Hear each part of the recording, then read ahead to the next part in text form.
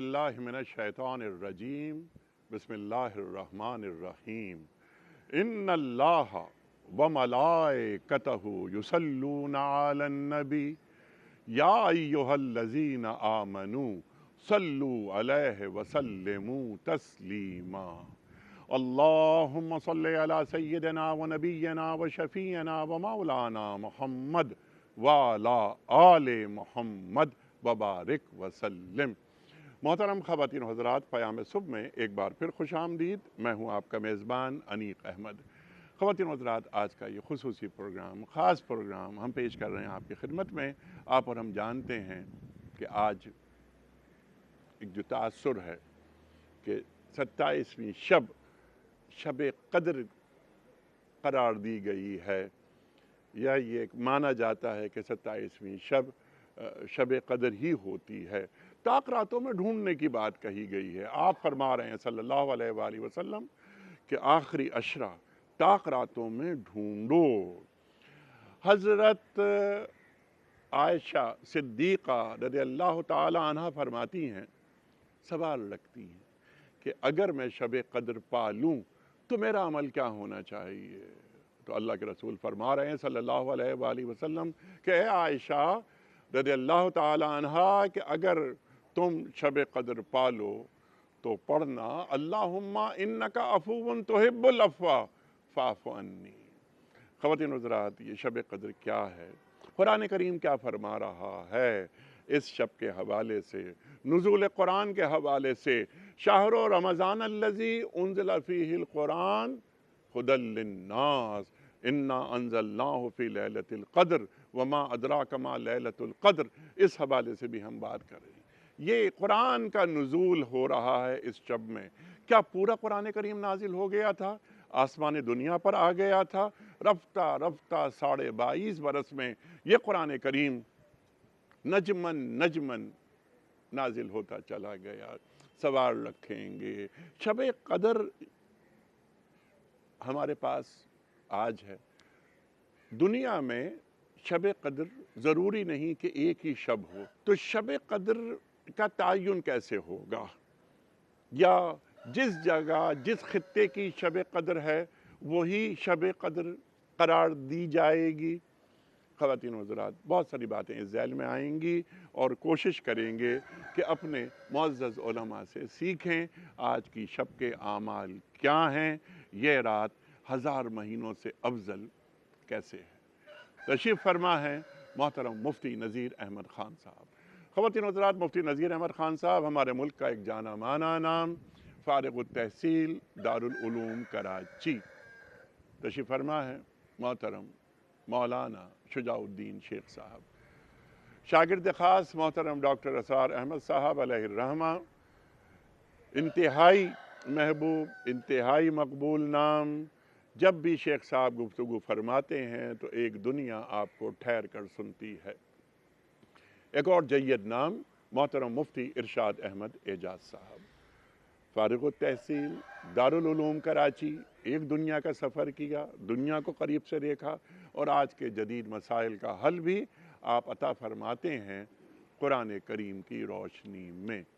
ہمارے پروگرام کے چوتھے اور آخری شریک، ہماری خوش بختی کہ ہمارے ساتھ تشریف فرما ہے محترم قاری محمد اکبر مالکی صاحب۔ قاری اکبر مالکی صاحب کو خوش آمدید کہتے ہوئے درخواست کروں گا کہ سورۃ القدر کی تلاوت سے آج کے پروگرام کا آغاز فرمائیں محترم قاری محمد اکبر مالکی صاحب۔ اعوذ باللہ من الشیطان الرجیم،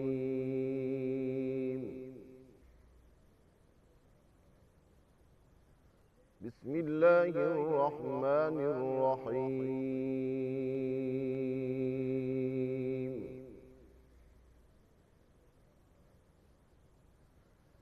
اِنَّا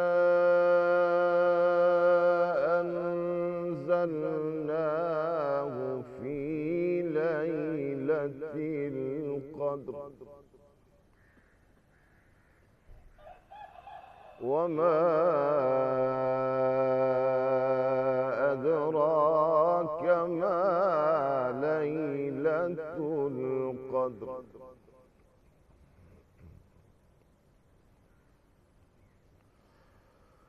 ليلة القدر خير من ألف شهر تنزل الملائكة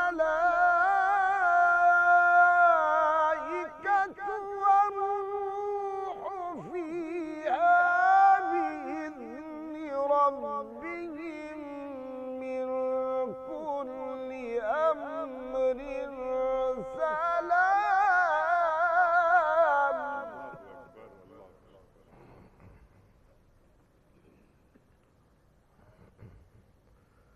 سلام هي حتى مطلع الفجر. إنا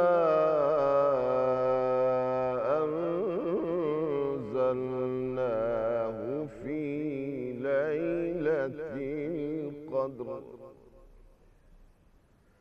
وما أدراك ما ليلة القدر.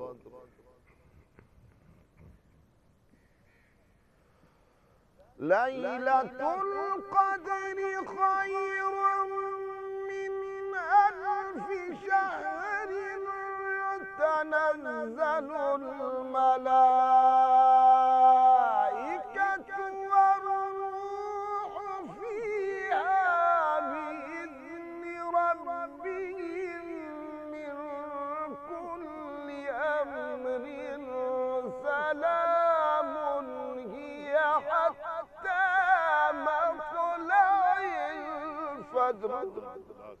تنزل الملائكة والروح فيها بإذن ربهم من كل أمر سلام.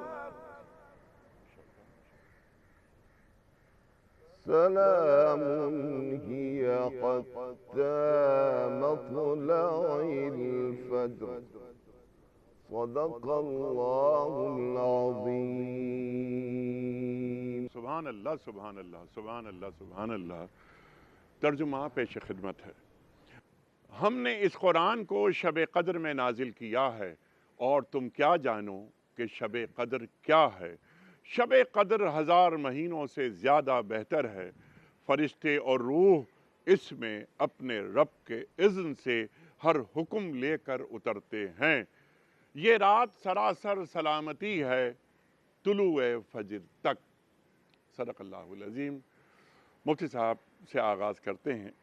ارشاد فرمائیے شب قدر کیا ہے, اس کا تصور کیا ہے. انا انزلناہ فی لیلۃ القدر قرآن کریم نازل ہو رہا ہے. تو یہ نزول قرآن کی وجہ سے اس رات کو اہمیت دی گئی ہے یا یہ قدر اس کا تعلق تقدیر سے ہے, وہ تقدیر جو فرد کی بھی ہے, جو اقوام کی بھی ہے, جو ملت کی بھی ہے. ارشاد. بسم اللہ الرحمن الرحیم. حامداً و مصلیاً. اس صورت میں قرآن کی عظمت کو بیان کیا جا رہا ہے کہ یہ قرآن, اس قرآن کے نزول کی وجہ سے اس رات کو عظمت ملی. اور قرآن کا نزول کیسے ہوا؟ لوح محفوظ سے آسمان دنیا پہ قرآن ایک ساتھ نازل ہوا ہے. یہاں جس نزول کی بات ہو رہی ہے یہ وہ نزول نہیں ہے جو آسمان دنیا سے جناب رسول کریم صلی اللہ علیہ وسلم پر نزول ہوا ہے, وہ مراد نہیں ہے. یہ وہ نزول مراد ہے جو لوح محفوظ سے آسمان دنیا پر نزول ہوا تھا. وہ جس مہینے میں ہوا وہ مہینہ رمضان کا تھا. جس رات میں ہوا وہ رات شب قدر کی تھی. نزول قرآن کی وجہ سے رمضان کے مہینوں کو تمام مہینوں پہ فضیلت حاصل ہوئی. شہر رمضان الذی انزل فیہ القرآن. اور رمضان کے مہینے کی ایک رات جو لیلۃ القدر ہے, چونکہ اس رات میں یہ قرآن کا نزول ہوا تھا، اس لیے اس رات کو فضیلت ہوئی صرف رمضان کی راتوں پہ نہیں بلکہ سال کی تمام راتوں پر اس رات کو فضیلت حاصل ہوئی۔ اور چونکہ لیلۃ القدر احادیث مبارکہ میں موجود ہے کہ لیلۃ القدر اللہ کے نبی صلی اللہ علیہ وسلم کے ارشاد کے مطابق، جو بخاری شریف کی روایت ہے کہ لیلۃ القدر نہ پہلے عشرے میں ہے نہ دوسرے عشرے میں ہے بلکہ یہ تیسرے عشرے میں ہے، اور یہ بھی روایات میں آتا ہے کہ یہ طاق راتوں میں ہے، لہذا 5 راتوں میں سے کوئی ایک رات ہے، لیکن اس پہ کسی کا اختلاف نہیں ہے کہ وہ آخری عشرے میں ہونے میں کسی کا اختلاف نہیں، پھر اس میں بھی کسی کا اختلاف نہیں ہے کہ وہ جو راتیں ہیں وہ طاق راتیں ہیں، جفت راتیں نہیں ہیں۔ لہذا لیلۃ القدر چونکہ اس عشرے میں موجود ہے، یعنی 10 راتوں میں موجود ہے، لہذا یہ جو پورا عشرہ ہے اس عشرے کو بھی فضیلت حاصل ہوئی رمضان کے پہلے دوسرے عشروں پر۔ سبحان اللہ۔ اچھا، ایک یہ بھی ہے کہ یہ میں نے بار بار لیلۃ القدر کا ذکر آیا، یہ بات بھی ہمیں معلوم ہونی چاہیے کہ یہ جو لیلۃ القدر ہے یا عشرہ اخیرہ ہے، یہ جو فضیلت ہے، افضل ترین عشرہ، سال کے تمام عشروں میں سب سے افضل ترین عشرہ، یہ راتوں کے اعتبار سے ہے، دنوں کے اعتبار سے نہیں ہے۔ دنوں کے اعتبار سے انیق صاحب افضل ترین عشرہ وہ ذی الحجہ کا پہلا عشرہ ہے، اللہ اکبر، ٹھیک ہے، اور اس ذی الحجہ کے پہلے عشرے کی عظمت کے اظہار میں اللہ تعالیٰ نے وہاں دن رکھا ہے، وہ یوم عرفہ ہے، اس کی عبادت 2 سالوں کے برابر۔ لیکن وہاں پر بھی والفجر ولیال ولیال عشر، وہاں بھی راتوں کا ذکر ہو رہا ٹھیک ہے۔ ہے، تو ایک روایت یہی ہے کہ اصل میں جب لیالی کا ذکر ہوتا ہے نا، جیسے ہم دن کا ذکر کرتے ہیں اور مراد ہم لیتے ہیں رات، جی تو عربی کے محاورے میں جب رات مراد ہوتی ہے تو مراد اس سے دن بھی لیا جاتا ہے۔ اچھا۔ لہذا لیالین عشرہ کے اندر یہ عشرے اگر جیسے مراد ہے، ٹھیک ہے، آخری عشرہ رمضان کا، تو اس سے ایک مراد وہ بھی ہے جو وہ والا عشرہ، اور اس کی فضیلت کے اظہار میں بخاری شریف کی روایت ہے۔ حضرت عبداللہ ابن عباس رضی اللہ عنہما روایت کرتے ہیں کہ اللہ کے نبی صلی اللہ علیہ وسلم نے ارشاد فرمایا، ما من ایام جی العمل الصالح فیہن احب الی اللہ من هذه العشر، کہ یہ جو 10 دن ہے ذی الحجہ کا پہلا عشرہ، اس میں عبادت اللہ تعالیٰ کو تمام عشروں کے مقابلے میں اس عشرے کی عبادت اللہ کو سب سے زیادہ محبوب ہے۔ صحابہ کرام رضوان اللہ علیہم اجمعین نے عرض کیا، یا رسول اللہ، جہاد کے مقابلے میں بھی اس عشرے کی عبادت افضل ہے؟ اللہ کے نبی صلی اللہ علیہ وسلم نے ارشاد فرمایا، ہاں، جہاد کے مقابلے میں بھی افضل ہے۔ اللہ الا رجل خرج بمالہ ونفسہ فلم یرجع منہما بذلک بشیء، کہ ایک شخص ہے وہ اللہ کے راستے میں نکلا اپنے مال اپنی جان کے ساتھ اور واپس نہ آئے، تو وہ جہاد کے لحاظ سے وہ افضل ہو سکتا ہے، لیکن اس عشرے کی جو عبادت کی فضیلت ہے، اس فضیلت کے برابر کسی دن یا کسی عشرے کی عبادت برابر نہیں ہو سکتی۔ لہٰذا دنوں کے لحاظ سے جو سب سے افضل ترین عشرہ ہے وہ ذی الحجہ کا پہلا عشرہ ہے، راتوں کے لحاظ سے جو سب سے بہترین عشرہ ہے وہ رمضان کا آخری عشرہ، یعنی جو 10 راتیں ہیں یہ سب سے افضل ہے۔ اور اسی کی فضیلت کے اظہار میں حضرت عائشہ صدیقہ رضی اللہ عنہ کی روایت ہے کہ اللہ کے نبی صلی اللہ علیہ وسلم کا معمول کیا تھا، اذا دخل العشر، جب عشرہ اخیرہ داخل ہوتا، اللہ کے نبی صلی اللہ علیہ وسلم کیا فرماتے؟ شد مئزرہ واحیا لیلہ وایقظ اہلہ۔ اس کا سب سے عمل، اللہ کے نبی صلی اللہ علیہ وسلم اس آخری عشرے میں پوری رات آپ جاگ کے گزارتے، آپ بالکل نہیں سوتے تھے، اور جیسے ہم کہتے ہیں نا اردو میں لنگوٹا کس لیتے تھے، تو عربی میں شد المئزر، اور احیا لیلہ، آپ پوری رات جاگ کر گزارتے، وایقظ اہلہ، اور اپنے گھر والوں کو بھی جگا کر رکھتے۔ اللہ اکبر، اللہ اکبر، سبحان اللہ، سبحان اللہ۔ افضل بنایا اس رات کو نزول قرآن نے، جیسے فرمایا مفتی صاحب نے، اور خیر من الف شہر، پھر آگے آتی ہے بات کہ یعنی معنی اب وسیع ہوتے جا رہے ہیں۔ ارشاد فرمائی ہے کہ نزول قرآن، پھر شہر رمضان الذی انزل فیہ القرآن، تو نزول قرآن اور شب قدر ان کا آپس میں کیا ربط ہے؟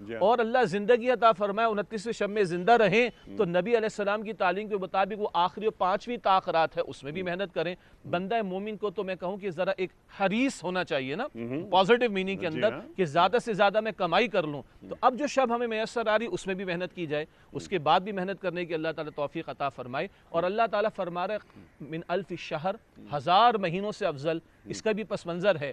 اللہ کے نبی علیہ السلام سے پہلے جو امتیں آئی ہیں ان امتوں کی عمریں بہت زیادہ ہوا کرتی تھیں. تو کبھی صحابہ جو حریص تھے مثبت پہلو کے اعتبار سے, پازیٹیو انداز سے, عمل کے اعتبار سے اور اجر کے اعتبار سے, یا رسول اللہ ان کی عمریں تو اتنی طویل تھیں, ہماری عمر اگر مختصر ہے ہم عمل میں کہیں پیچھے نہ رہ جائیں. یہ صحابہ کرام کو پریشانی فکر لاحق ہوتی تھی.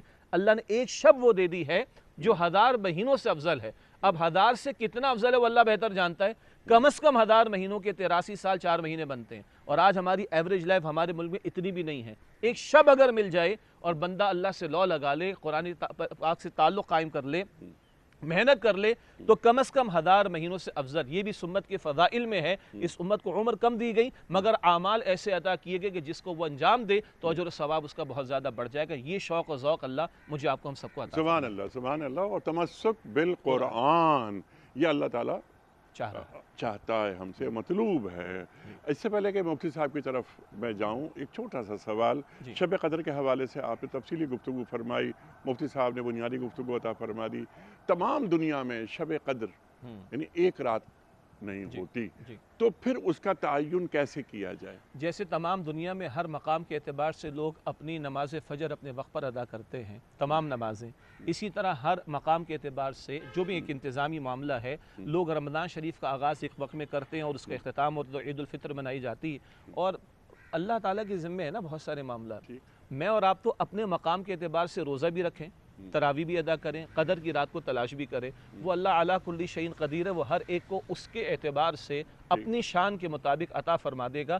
تو ان علمی مباحث میں زیادہ پریشان ہونے کے مقابلے میں عمل کی طرف پیش قدمی کا معاملہ زیادہ ہو.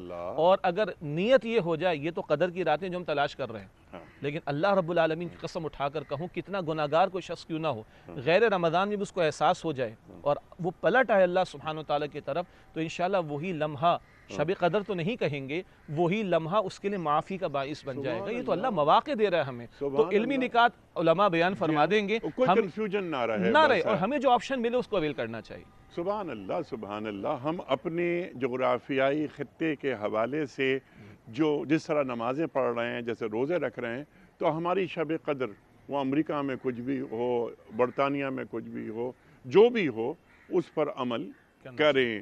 اور نیت, جیسے آپ نے بات فرمائی, نیت, اللہ ہماری نیتوں کے بھید جانتا ہے. مفتی صاحب, انا انزلناہ فی لیلۃ القدر وما ادراک ما لیلۃ القدر. لیلۃ القدر اللہ تعالیٰ ہمیں نواز رہا ہے نعمت کی شکل میں. تم کیا جانو, وما ادراک ما لیلۃ القدر, کہ شب قدر ہے کیا؟ کیا انسانی ذہن شب قدر کا ادراک, احاطہ نہیں کر سکتا؟ بسم اللہ الرحمن الرحیم, نحمدہ و نصلی علی رسولہ الکریم, اما بعد. انیس صاحب, قرآن کریم کا ایک اسلوب ہے کہ اللہ تعالیٰ نبی صلی اللہ علیہ وسلم کو مخاطب کر کے جب وما ادراکا سے تعبیر فرماتے ہیں, 2-3 جگہ پہ استعمال ہوا ہے. یہ قرآن کریم میں فرمایا وما ادراک ما یوم الدین, آپ کو کیا پتہ قیامت کا دن کیسا ہے. تو عام طور پہ یہ سوال کا ایک انداز اللہ تعالیٰ اختیار کر کے پھر بعد میں اس سوال کے جواب میں سب سے نمایاں بات بیان فرما دیتے ہیں. جیسے کہ قیامت کے بارے میں فرمایا کہ نبی آپ کو کیا معلوم کہ قیامت کیا ہے, پھر آپ کو کیا معلوم کہ قیامت کیا ہے, پھر فرمایا نمایاں ترین بات کہ وہ دن ایسا دن ہے کہ جس دن کوئی نفس کسی دوسرے کے لیے کسی چیز پر اختیار و قدرت نہیں رکھے گا. تو اس کے بارے میں فرمایا کہ وما ادراک ما لیلۃ القدر, آپ کو کیا معلوم یا آپ کیا جانتے ہیں کہ لیلۃ القدر کیا ہے. تو لیلۃ القدر کی جو سب سے نمایاں بات فرمائی وہ فرمائی کہ لیلۃ القدر خیر من الف شہر. جیسے شجاع بھائی نے اس بات کی طرف اشارہ کیا کہ اللہ کے نبی صلی اللہ علیہ وسلم کی تربیت یافتہ جماعت صحابہ کرام جو تھے وہ نیکیوں کے معاملے میں اور سبقت لے جانے کے معاملے میں بہت زیادہ ان کے اندر شوق و ذوق تھا, جسے ہم حریص کا لفظ استعمال کرتے ہیں قرآن کی تعبیر میں. تو اللہ کے نبی صلی اللہ علیہ وسلم کی خدمت میں ان کی طرف سے ایک فکر پیش ہوتی رہتی تھی کہ یا اللہ یا رسول اللہ پچھلی امتیں تو لمبی عمر کی وجہ سے پتہ نہیں کہاں پہنچ گئیں, تو ہم تو جو کچھ بھی کر لیں وہاں تک نہیں جا سکتے. تو اللہ سبحانہ و تعالیٰ نے اپنی اس امت پر، اللہ کے نبی صلی اللہ علیہ وسلم کی اس امت پہ جو بے شمار اور بے پایہ انعامات اور نعمتیں کی ہیں، ان میں سے ایک نعمت اور ایک انعام یہ ہے کہ اللہ سبحانہ و تعالیٰ نے زمانے کے اعتبار سے چاہے ان کی عمریں کم رکھی ہوں، لیکن ایسے مخصوص اوقات اور ایسی مخصوص راتیں اور مخصوص دن عطا فرما دیے جن دنوں میں اللہ تعالیٰ اپنی رحمت، جسے ہم کہتے ہیں کہ بڑے پیمانے پر امت کے اوپر نچھاور کرتا ہے. اور جیسے کہ رمضان المبارک کے بارے میں آتا ہے کہ جب رمضان المبارک کی پہلی رات ہوتی ہے تو اللہ سبحانہ و تعالیٰ کی طرف سے شیاطین کو، جنات کو اور سرکش جو قوتیں ہیں انسانوں کو گمراہ کرنے والی، ان کو بند کر دیا جاتا ہے اور خیر کے دروازے کھول دیے جاتے ہیں، جہنم کے دروازے بند کر دیے جاتے ہیں. اور جس طرح شجاع بھائی نے جس طرف اشارہ فرمایا کہ یہ سب مواقع دیے جاتے ہیں. اور حدیث شریف میں تو یہ تک آتا ہے کہ اللہ کے نبی صلی اللہ علیہ وسلم فرماتے ہیں کہ اللہ کی طرف سے ایک پکارنے والا کہتا ہے یا باغی الخیر اقبل، اے خیر کے اور بھلائی کی تلاش کرنے والے آگے آ جا. یعنی اللہ کی طرف سے اعلان ہے کہ جو خیر کی طرف بڑھنا چاہتا ہے وہ آگے آئے آج، اور جو شر سے کی طرف آنا چاہتا ہے، شر کو چاہتا ہے، وہ پیچھے ہٹے. تو ایسے مواقع پہ اللہ سبحانہ و تعالیٰ نے اپنے نبی صلی اللہ علیہ وسلم کے صحابہ کو جو نعمت عطا فرمائی اور اس پوری امت کو ملی ہے وہ نعمت کہ مخصوص زمانے اور مخصوص ایام ایسے کر دیے گئے مقرر جن کے اندر اللہ سبحانہ و تعالیٰ کی طرف سے بے انتہا فضائل اور اعمال کی برکتیں دی جاتی ہیں. ان میں سے ایک لیلۃ القدر ہے کہ اگر کسی شخص نے اس کو پا لیا، اور اس کے پانے کے بارے میں بھی جو روایت آتی ہیں اس سے بھی معلوم ہوتا ہے کہ گویا اللہ تعالیٰ چاہتا ہے کہ آج کے دن ہر کسی کو مل جائے، چاہے نکھٹو بھی صحیح. جیسے کہ روایت میں آتا ہے کہ اگر کوئی شخص ان کی مجلس میں بھی آ کے بیٹھ جاتا ہے، وہ چاہے ویسے اعمال نہ بھی کرتا ہو جیسے خیر والے ہو رہے ہیں، اس کو بھی مل جاتا ہے. تو اس سے معلوم یہ ہوا کہ اللہ سبحانہ و تعالیٰ نے اس مبارک رات میں، اور جس کا قرآن کریم سے خاص تعلق ہے، اب امت کو یہ نعمت عطا فرمائی کہ اس کی فضیلت 1000 مہینوں کے برابر کر دی، اس سے بھی زیادہ. یعنی یہ نہیں فرمایا کہ اس کے برابر ہے 83 سال خیرن.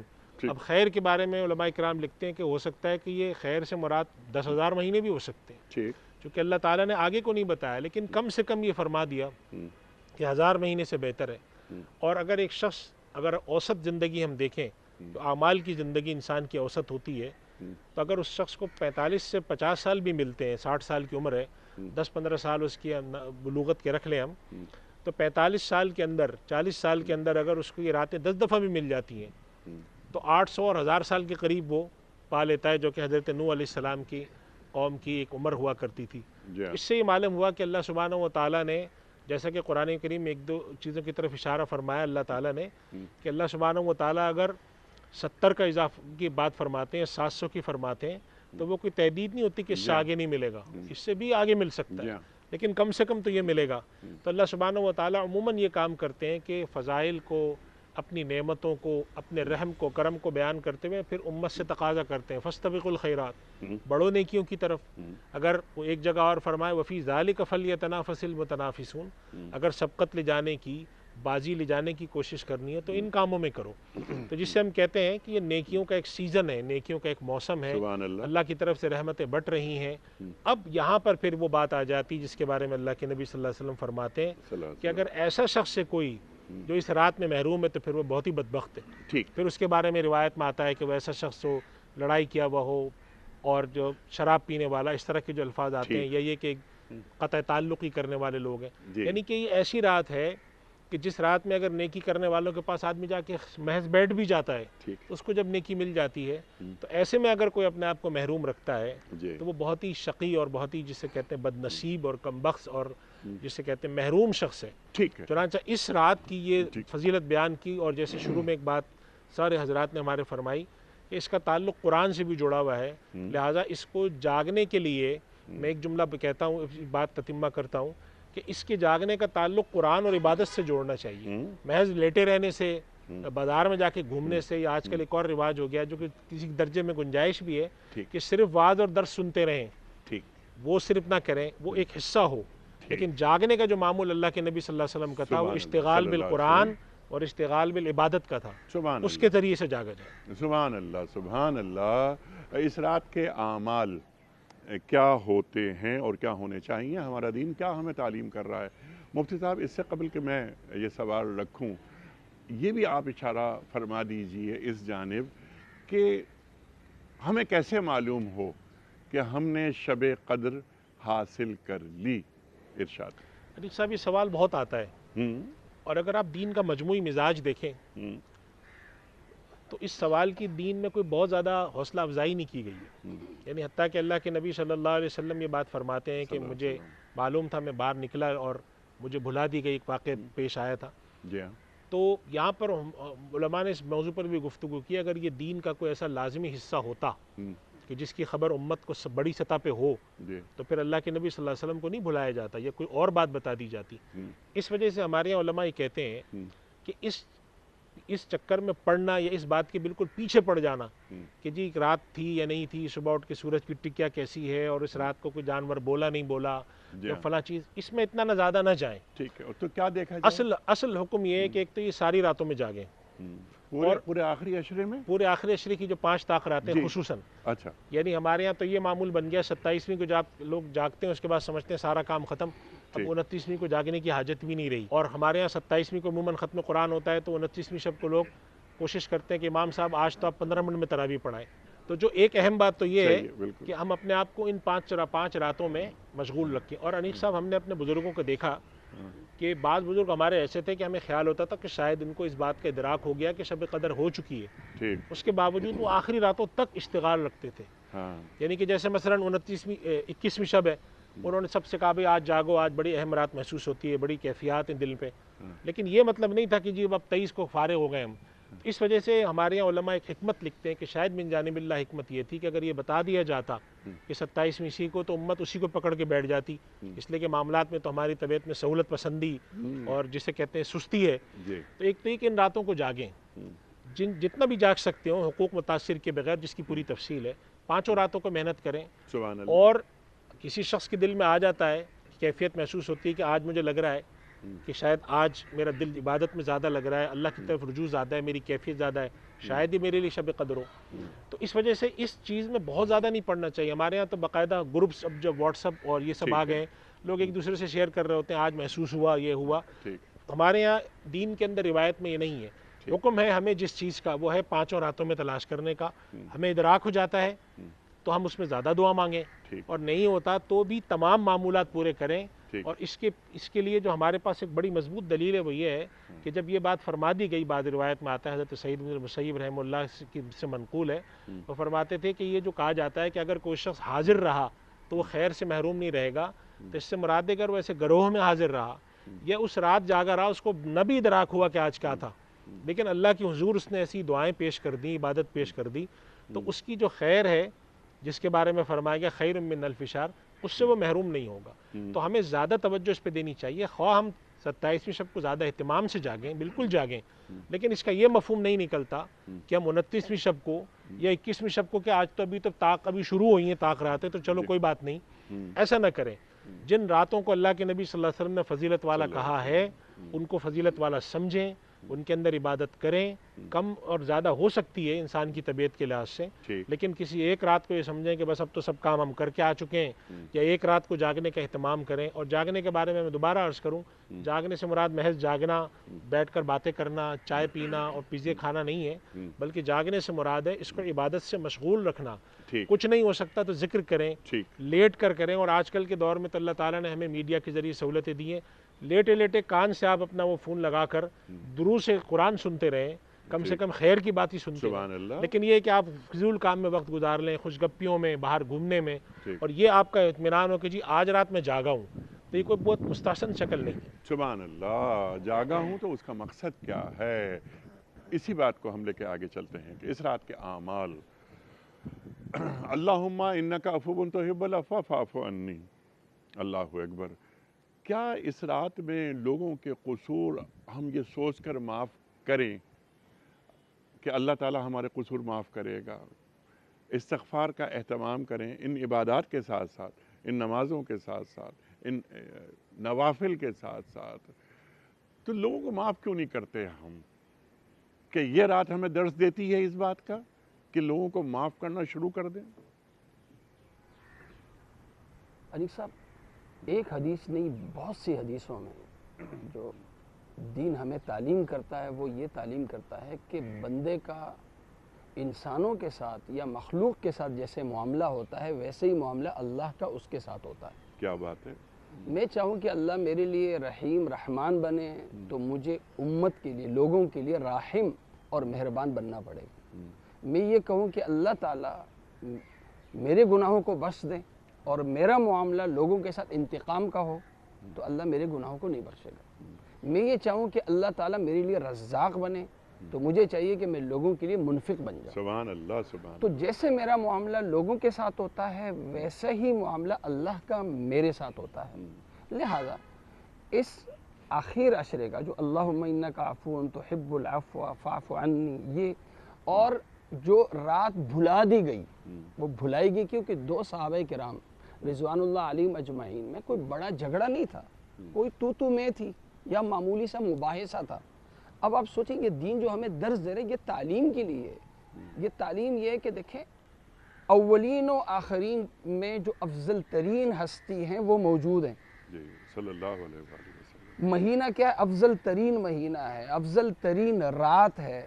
خیر القرون صحابہ کرام رضوان اللہ علیہم اجمعین موجود ہیں، جو خیر ہی خیر ہیں، وہ تمام کے موجود ہونے کے باوجود شب قدر لیلۃ القدر بھلا دی گئی۔ یہ ایک درس دینے کے لیے کہ آپس کا جو انتشار ہے، آپس کے انتشار کی وجہ سے چاہے گھر کے اندر ہو یہ انتشار، چاہے محلے میں ہو، چاہے دوستوں میں، کسی بھی حوالے سے جب انتشار ہوتا ہے، چاہے یہ انتشار دل میں چھپا ہوا ہو یا یہ انتشار ظاہر ہو، کسی بھی شکل میں ہو، جب یہ انتشار ہوتا ہے تو انتہائی افضل رات ہونے کے باوجود، انتہائی افضل ماحول ہونے کے باوجود، انتہائی افضل مہینہ ہونے کے باوجود اللہ تعالیٰ کی رحمت پھر متوجہ نہیں ہوگی۔ اللہ اکبر۔ اور ایک بڑی بات جو احادیث مبارکہ میں جو آپ نے سوال اٹھایا کہ یہ رات متعین کیوں نہیں ہے، یہ رات، میں اس کا جواب یہ عرض کروں گا کہ دیکھیں دین اسلام نے ہماری نفسیات کو سامنے رکھتے ہوئے افضل ترین عشرہ پہلے عشرے کو قرار نہیں دیا، دوسرے عشرے کو قرار نہیں دیا، آخری عشرے کو کیوں قرار دیا؟ کیونکہ پہلے جوش ہوتا ہے، کام کرتے کرتے پھر تھکن ہو جاتی ہے تو آخر میں ہم لوگ بیٹھ جاتے ہیں۔ اگر جذبات کی بنیاد پہ آپ کا کام ہے، ایک ہے اللہ کی رضا اور سنت نبوی کو سامنے رکھ کے اگر آپ عبادت کر رہے ہیں تو اخیر عشرے میں اللہ کے نبی صلی اللہ علیہ وسلم نے کیسے کیا، اور اگر آپ جوش کی بنیاد پہ جذبات کی بنیاد پہ کر رہے ہیں تو پہلے عشرے میں آپ کر چکے۔ لہذا اس کو سامنے رکھتے، اور پھر انیس صاحب احادیث مبارکہ میں جہاں لیلۃ القدر کا ذکر ہے نا، وہاں پہ ابتدا جو ہو رہی ہے وہ 29ویں سے ہو رہی ہے، 29ویں سے، یعنی یوں نہیں فرمایا جا رہا جیسے آخری 5 راتوں میں تلاش کرو، تو یہ نہیں فرمایا جا رہا کہ 23ویں تو 25ویں تو پھر 27ویں تو 29ویں، یوں نہیں کہا جا رہا حدیث مبارکہ میں۔ حدیث مبارکہ میں الٹ کہا جا رہا ہے، اگر یہ رات تلاش کرنی ہے تو 29ویں میں تلاش کرو، اگر یہ رات تلاش کرنی ہے تو 27ویں میں تلاش کرو، اگر یہ رات تلاش کرنی ہے تو 25ویں میں تلاش کرو۔ وہاں سے لایا جا رہا ہے یہ بتانے کے لیے کہ جو رمضان جتنا ختم ہوتا جائے ہمارا شوق کم نہ ہو بلکہ ہمارا شوق بڑھتا جائے، اور پھر جو آخری رات ہے، آخری رات جو لیلۃ الجائزہ احادیث مبارکہ میں موجود ہے، وہ مسند احمد کی روایت ہے، اللہ کے نبی صلی اللہ علیہ وسلم نے جو رات 30ویں کی رات ہے نا، 30ویں کی رات، اللہ کے نبی صلی اللہ علیہ وسلم نے فرمایا، ارشاد فرمایا یغفر لامتی، میری تمام امتوں کی مغفرت کر دی جاتی ہے، فی لیلۃ فی آخر لیلۃ فی رمضان، رمضان کی آخری رات میں، عید والی رات نہیں، رمضان کی آخری رات میں میری امت کی مغفرت کر دی جاتی ہے۔ صحابہ کرام رضوان اللہ علیہ مجمعین نے عرض کیا یا رسول اللہ کیا یہ شب قدر کو مغفرت ہو جاتی ہے؟ جناب رسول کریم صلی اللہ علیہ وسلم نے فرمایا اصول کیا ہے کہ جب ایک کام کرنے والا یا ایک محنت کرنے والا اپنے کام سے جب فارغ ہوتا ہے تو جیسے اس کا وقت پورا ہو اس کو اس کی مزدوری دے دی جائے۔ سبحان اللہ۔ یہ مہینہ جیسے ختم ہو رہا ہے، اس کے ختم ہونے سے پہلے اللہ تعالیٰ اجر تمہیں اس کا دے رہا ہے، اور وہ کیا ہے کہ اللہ تم سے راضی ہو جائے اور تمہارے سارے گناہ اللہ بخش دے اور تمہارے گناہوں کو اللہ تعالیٰ نیکی سے بدل دے۔ سبحان اللہ۔ تو لہذا جو عید کی رات ہے، عید کی رات یعنی 30ویں کی رات، وہ بھی یہ نہیں کہ چونکہ وہ طاق رات نہیں ہے لہذا اس میں ہم غفلت کے شکار ہو، نہیں، وہ ہے وصولی کی رات، وصولی کی رات ہے، لہذا ایسا نہ ہو کہ ہماری ساری محنتوں پہ پانی پھر جائے، اس طرح کہ ایک طالب علم نے پورے سال محنت کی، امتحان کی رات میں وہ غافل رہا، اس نے محنت نہیں کی، تو اس پورے سال کی محنت ضائع ہونے کا خطرہ ہے۔ ٹھیک، لہذا اگر ہم اپنی محنتوں کو کیش کرنا چاہیں، اللہ کو راضی کرنا چاہیں، تو یہ جو آخری راتیں ہیں نا، جی، اس کی بڑی اہمیت ہے۔ سبحان اللہ۔ اور آخری راتوں میں بھی قرآن کریم سے وہ تعلق رکھا جائے جو اولین راتوں میں رکھا گیا۔ شب قدر کے جو تقاضے ہیں امت سے وہ کیا ہیں، وہ بھی ہم ایک سوال رکھیں گے، لیکن اس سے قبل ایک چیز جو ہم آپ سے سیکھنا چاہ رہے ہیں، تنزل الملائکۃ والروح، یہاں پر فرشتوں کو الگ رکھا جا رہا ہے اور جبریل علیہ السلام کو الگ رکھا جا رہا ہے، اس کی وجہ کیا ہے؟ واللہ تعالی عالم۔ البتہ ایک رائے میں عرض کرتا ہوں آپ کے سامنے، روح سے مراد آپ نے خود وضاحت فرما دی، روح الامین ہے، جبریل امین علیہ السلام، پہلے بھی بات آ گئی، ان کی فضیلت بھی نزول قرآن کی وجہ سے، وہ قرآن لے کر بھی آئے۔ البتہ اللہ تعالیٰ بہت سارے معاملات کے لیے فرشتوں کے حوالے معاملات کو کرتا ہے، اور بہت سارے معاملات دنیاوی عالم وہ فرشتوں کے ذریعے چل رہے ہیں اللہ کی اذن سے، مگر اس رات کی ایک اور عظمت کا پہلو اللہ تعالیٰ بیان فرما رہے ہیں کہ صرف فرشتوں کا ہی نزول نہیں ہو رہا، بلکہ فرشتوں کے سردار جبریل امین بھی زمین پر تشریف لا رہے ہیں، واللہ اعلم۔ اچھا، آپ کی اجازت سے مفتی صاحب نے بہت قیمتی بات بیان فرمائی آپ کے سوال کے جواب میں، کہ ہم دعا کر رہے ہیں اللہم انک عفو تحب العفو فاعف عنی، کہ اللہ تو معاف فرمانے والا ہے، معاف فرمانے کو پسند فرماتے، بس مجھے بھی معاف فرما دے۔ صرف ناظرین کی یاد دہانی کے لیے، انی ہے میں، میرے لیے میں دعا کر رہا ہوں، فاعف عنا ہم سب کو معاف فرما دے، یہ دعا سب کے لیے ہو جائے گی۔ بہت پیارا واقعہ مقام قرآن حکیم میں، واقع عفق کے تناظر میں اللہ تعالیٰ فرماتا ہے سورہ نور کی آیت نمبر 22 میں، فَلْيَعْفُوا وَلْيَصْفَحُوا أَلَا تُحِبُّونَ أَن يَغْفِرَ اللَّهُ لَكُمْ، اللہ اکبر، چاہیے کہ معاف کر دیں، درگزر کر دیں، کیا تم نہیں چاہتے کہ اللہ تعالیٰ تمہیں معاف فرما دے؟ سبحان اللہ۔ تو اگر ہم چاہتے ہیں کہ اللہ ہمیں معاف فرما دے تو ہمیں بھی لوگوں کے قصور معاف کرنے چاہیے۔ مفتی شاہ صاحب نے اشارہ فرمایا تھا، اللہ جزائے خیر عطا فرمائے، کہ بعض ایسے لوگ ہیں اس رات میں ان کے محروم ہونے کا امکان ہو جاتا ہے، قطع رحمی کا معاملہ ہو، والدین کی نافرمانی کا معاملہ ہو، یہ جو کبائر ہے، بڑے بڑے گناہ، بہرحال ان سے بھی اجتناب کرنا ضروری ہے رحمت الہی کے حصول کے لیے۔ ایک اور پہلو بھی رہے، یہاں اجر بہت زیادہ بڑھ گیا تو بہت سے بظاہر چھوٹے چھوٹے معاملات ہیں، مگر وہی حدیث والی بات، وہی شوق پیدا ہونے والی بات، 10 روپے بھی اللہ کی راہ میں دے رہا ہوں تو اب ذرا ملٹیپلائی کر کے دیکھ لیں کہاں جائے گا، 2 نفل ادا کر رہا ہوں تو ملٹیپلائی کر کے دیکھ لیں کہاں معاملہ جائے گا۔ اسی طرح احادیث سے معلوم ہوتا ہے کہ عشاء کی نماز باجماعت ادا کر لے بندہ تو نصف شب کا اجر ملتا ہے، فجر کی نماز بھی باجماعت ادا کر لے بقیہ نصف کا بھی ملتا ہے۔ اور ہمارے دونوں مفتیان کرام نے اشارہ کیا، یہاں سے جاگنا مقصود نہیں ہے، بلکہ بیدار رہنا عبادت کی خاطر، تعلق مع اللہ، تعلق مع القرآن، جیسے تمسک بالقرآن آپ نے فرمایا۔ بعض مرتبہ یہ ہو جاتا ہے کہ رات کا آدھا حصہ تو کہیں کھانے پینے گھومنے پھرنے میں سب کچھ ہو جاتا ہے اور فجر کی نماز میں سو رہے ہوتے ہیں، یہ بڑی کوتاہی کی بات ہے۔ تو جہاں اجر و ثواب کے حصول میں آگے بڑھنا ہے، وہاں کبائر اور گناہوں سے بھی اپنے آپ کو بچانے کی کوشش کرنی۔ اور ایک بات جو اس پر ہم سب نے کلام کیا ہے، یہ نزول قرآن کی وجہ سے اہم ہے، تو اس شب میں قرآن حکیم کے ساتھ تعلق کی مضبوطی کی طرف بھی توجہ رہے۔ اور دل سے ایک بات عرض کرتا ہوں، آج امت جس سطح پر کھڑی ہے وہ قرآن کے حوالے سے جو ہماری کوتاہیاں ہیں اس کی وجہ سے یہ معاملہ ہے۔ اور مملکت خدا داد پاکستان جہاں یہ مملکت کھڑی ہے، اللہ نے قدر کی رات میں عطا فرمایا تھا، گویا نزول قرآن کے مہینے اور شب میں اللہ نے یہ پاکستان ہمیں عطا فرمایا۔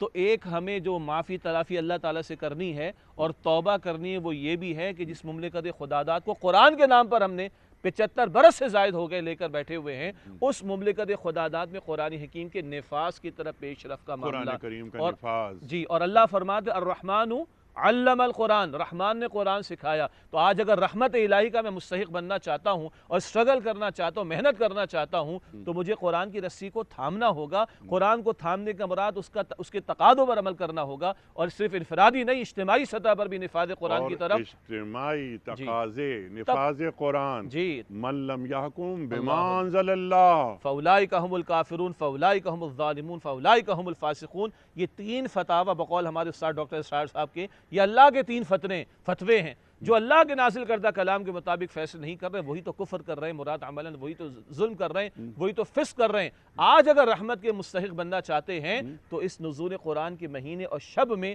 اللہ ہمیں توفیق دے کہ یہ اجتماعی توبہ بھی ہو اور پیش قدمی ہو۔ بلکہ مجھے اجازت دیجئے، ہم 14 اگست مناتے ہیں، منالے میں بحث نہیں کرتا، 27 شب میں آئیے نا پاکستان کے قیام کو منانے کے اعتبار سے، پاکستان کا مطلب کیا، لا الہ الا تو کیا اللہ، ماحول برکت والا ہے۔ یہ نعرے لگاتے ہوئے ہمارے اجداد اس ملک میں داخل ہوئے۔ تو اگر اس شب میں 27 شب میں قیام پاکستان کا تھوڑا ذکر بھی آ جائے تو کیا رحمتیں برس رہی ہیں، کیا پیارا ماحول ہے، کیا نورانی ماحول ہے، تو مقصد پاکستان کی طرف بھی کوئی پیش قدمی کا جذبہ پیدا ہو جائے گا اور وہ رحمتیں برسیں اور برکتیں ظاہر ہوں کہ یہ ہیں وہ برکتیں جو مملکت خداداد میں اللہ تعالیٰ ان رحمتوں کا، برکتوں کا نزول کر رہا ہے۔ ہے حتی مطلع الفجر، اور یہ رات طلوع فجر تک اللہ قرآن کریم میں فرما رہا ہے۔ ذرا اس کو اب کنکلوڈ فرما دیجئے مفتی صاحب، آج ہم نے کیا سیکھا، آج کی رات ہمیں کس طرح گزارنی چاہیے، دین کے تقاضے کیا ہیں، اور آپ لوگوں نے جو تعلیم کیا امت کو، سونا نہیں ہے، آپ نے بات فرمائی، آپ نے کیا اچھی بات فرمائی کہ پیزے آ رہے ہیں، یہ ہو رہا ہے، پارٹیز ہو رہی ہیں وغیرہ، شب قدر، یعنی ایک یہ انٹرٹینمنٹ، یہ انٹرٹینمنٹ کی رات نہیں ہے، یہ اپنے گناہوں کو بخشوانے کی رات ہے، لوگوں کو معاف کرنے کی رات ہے جو فرمائی بات۔ شب قدر کا بنیادی تقاضا یعنی قرآن کریم کا نفاذ کم از کم اس 6 فٹ کے بدن پر، اس کے بعد میرے گھر میں، پھر میرے محلے میں، پھر میرے معاشرے میں، پھر میری ریاست میں، امت کی سطح پر، اور پھر هو الذی ارسل رسولہ بالہدی ودین الحق، ارشاد فرمائیے اور کلوز کیجئے گا۔ انیس صاحب، 2 باتیں، ایک تو حتی مطلع الفجر، تو حتی مطلع الفجر کو سادہ الفاظ میں سمجھنے کے لیے ہم یہ سمجھ سکتے ہیں کہ جس وقت سحری کا وقت ختم ہو رہا ہے بس وہ مطلع الفجر ہے۔ ٹھیک، اذان مراد نہیں ہے، یعنی ہمارے اذان تو سحری کے ختم ہوتے ہی ہوتی ہے، لیکن جس وقت سحری کا وقت ختم ہو رہا ہو وہ مطلع الفجر کی اصطلاح ہے وہ۔ اچھا، دوسری بات انیس صاحب کہ اس رات کا خلاصہ کیا ہے؟ میں عرض کروں، اس رات کا خلاصہ بندے کا اپنے رب سے تعلق اور محبت کا اظہار ہے، خلاصہ یہ ہے، یعنی کہ اللہ کے نبی صلی اللہ علیہ وسلم کی تعلیم پہ نظر ڈالیں کہ حضرت ام المومنین حضرت عائشہ رضی اللہ تعالیٰ عنہ فرماتی ہیں کہ جب مجھے یہ ملے تو رات تو یا اللہ میں کیا عرض کروں، تو اللہ تعالیٰ کی صفت عفو کا، یعنی معاف کرنے کی صفت کا واسطہ دے کر اس سے بندہ کہہ رہا ہے کہ پروردگار تو بخشنے والا ہے، فاعف عنی، اور بخشنے کو پسند کرتا ہے تو مجھے بھی بخش دے۔ تو اللہ تعالیٰ سے اپنی مغفرت مانگنا، اللہ سے بندگی کا، عبدیت کا سب سے کامل اظہار جو ہوتا ہے وہ مغفرت مانگ کے ہوتا ہے۔ اسی لیے نبی کریم صلی اللہ علیہ وسلم کو تک کو حکم دیا گیا فسبح بحمد ربک واستغفر، اس میں ہم آج ہی ظاہر کرتے ہیں پروردگار تیری شان، تیرے حکم کے مطابق ہماری زندگی نہیں بسر ہوتی تو ہمیں بخش دے اور ہمیں اس بات کی توفیق عطا فرما کہ ہم تیرے راستے پر چلیں۔ اس بات کا اظہار عبادت کے ذریعے، قیام کے ذریعے، تعلق مع اللہ کے ذریعے، اور جس بات کی طرف شجاع بھائی نے اشارہ فرمایا، یہ فکر اپنے بچوں اور اپنے اہل خانہ کے دل میں اجاگر کر کے کہ اللہ تعالیٰ نے ہمارے بزرگوں کی قربانیوں کے نتیجے میں جو ملک دیا ہے، یہ اس لیے نہیں دیا کہ ہم یہاں سوئیں پئیں کھائیں سوئیں، ورنہ وہ کام ہم پہلے بھی کر رہے تھے، یہ کسی مقصد کے لیے دیا ہے، وہ مقصد زندہ رہے، اس پہ فکر رہے، تعلق جڑا رہے، اس مقصد کے حصول کا ذریعہ اس رات کو بنایا جائے، تمسک بالقرآن کے ذریعے۔ مفتی صاحب میں آپ کا بڑا ممنون، آپ تشریف لائے، مفتی ارشاد صاحب بڑا شکر گزار، شیخ صاحب بڑا ممنون، اور قاری اکبر مالکی صاحب سبحان اللہ، اللہ اکبر۔ خواتین و حضرات، شب قدر کے حوالے سے یہ خصوصی پروگرام ہم نے آپ کی خدمت میں پیش کیا، سیکھا اپنے معزز علماء سے کہ آج کی رات کے اعمال کیا ہونے چاہیے، آج کی رات ہمیں کیسی گزارنی چاہیے۔ یہ شب قدر جو 1000 مہینوں سے افضل ہے، یہ 1000 مہینوں سے افضل کیوں ہے، کیسے ہے، اللہ نے کیوں بنایا؟ اللہ تعالی ہمارے علماء کو سلامت رکھے کہ ایک ایک بات بالکل وضاحت کے ساتھ آپ تینوں حضرات نے بیان فرما دی۔ اپنے میزبان انیق احمد کو کل تک کے لیے اجازت دیجیے، خدا حافظ۔